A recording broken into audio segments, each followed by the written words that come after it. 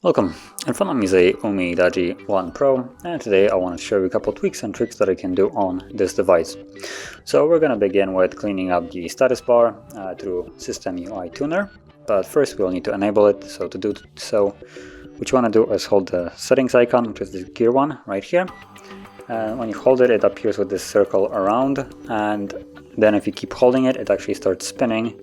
I'm going to try to show it, but it's basically spinning right now really quick.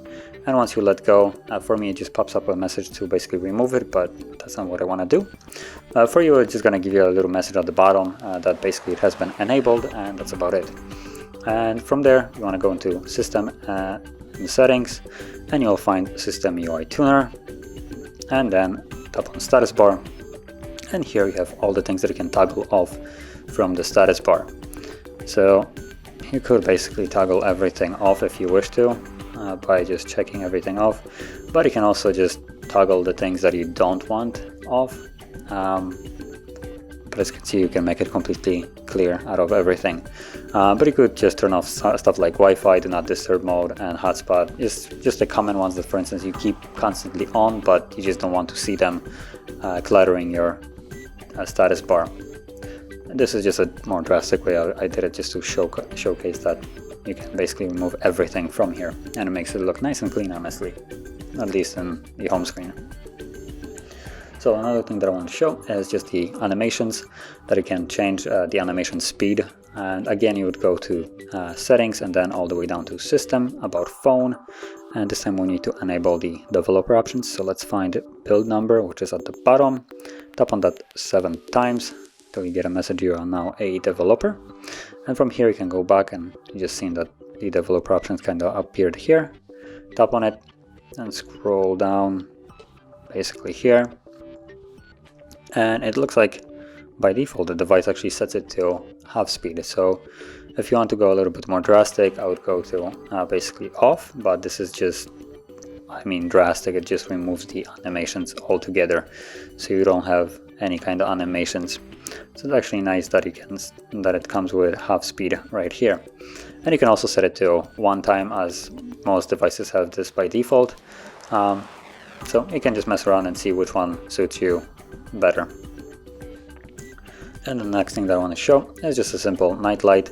Now, it's not really a dark mode or anything like that. It just makes the display a little bit more yellow and removes the blue color a bit from the display. So again, it's under the settings and display.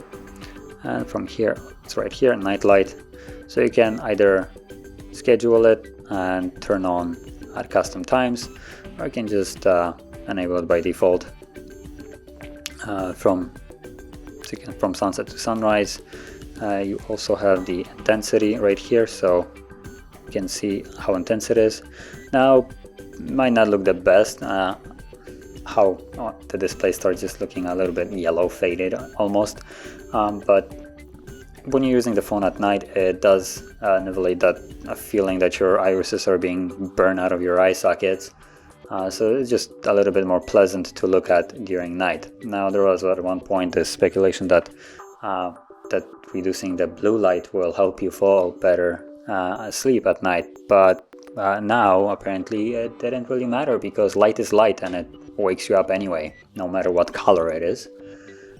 So yeah, but I'm just showing it off as a nice way to not feel like your eyes are burning out at night when you're being blasted with that blue light. It's really harsh in my opinion, and this is just a way for you to nivellate some of that harsh light.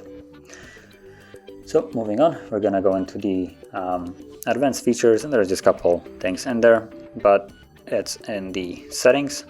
So let's find advanced features right here. So you have the navigation keys, just you can flip it over. You also have the swipe up gestures navigations if you wish to use that, and it's not really nothing special here. It looks like you have 2 versions of it. So you have the basically this one on the bottom with back, and yeah, so it's the back button, and recent button is just on the side, and basically works the same one as the button, but instead of tapping on it you swipe on it. And then you have this ones, which basically you swipe from the middle quickly to close it, swipe and hold to go to recent, and then swipe from either edge to go back.